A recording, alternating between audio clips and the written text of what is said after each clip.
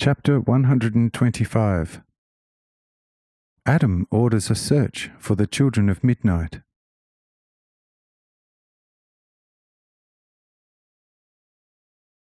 Adam pondered on these powerful words in his heart, then thanked me with deep-felt remorse in his heart, summoned all those present, with the exception of Seth, Enoch, and, naturally, Asmahel, and said, "Listen, all my children whom God has given me as far as your body and soul is concerned, but every one with a free spirit out of God.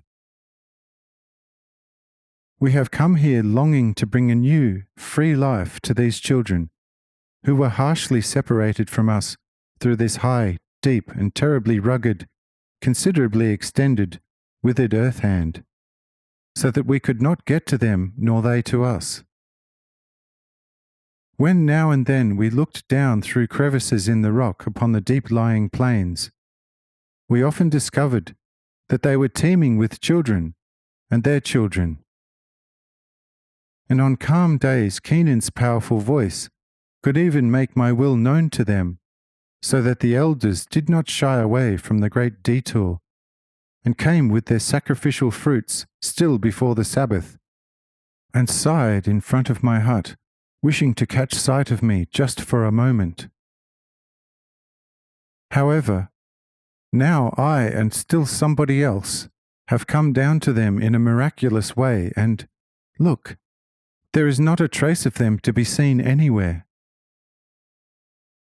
Therefore, it is now my God-inspired will that all of you hurry in all directions from here and search for them for an hour.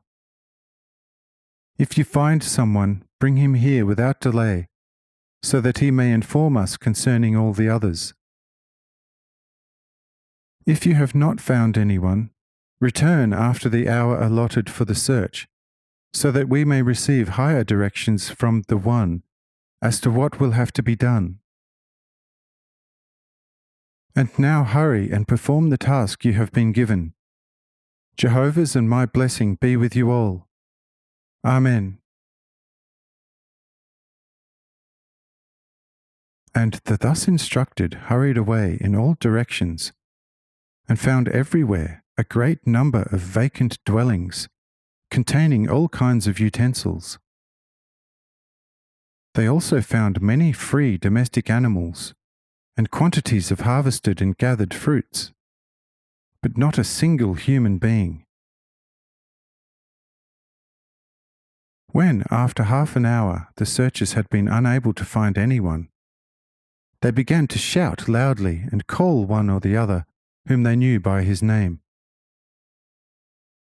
But all their efforts were futile, and they heard nothing but the distant echo of their own calls, reflected from the rocky walls, rushing down into the deep, dark crevices. Some of them even climbed some hills close by in order to maybe discover from there some escapee that had fallen behind. However, also this endeavour was futile, for not a flash of any lagging fugitive brother could be detected by their keen eyes, and also their ears, even with the tensest attention, could hear nothing but the monotonous, hollow roar of the mountain streams rushing into the deep crevices. Thus passed the brief hour of search, and the children, without having achieved their purpose, despondently returned home, or rather to where Adam was anxiously waiting for them. As they were approaching, Adam surveyed the group carefully to see whether there was someone in their midst whom they had found. But as they came closer, it became clear that they were returning alone.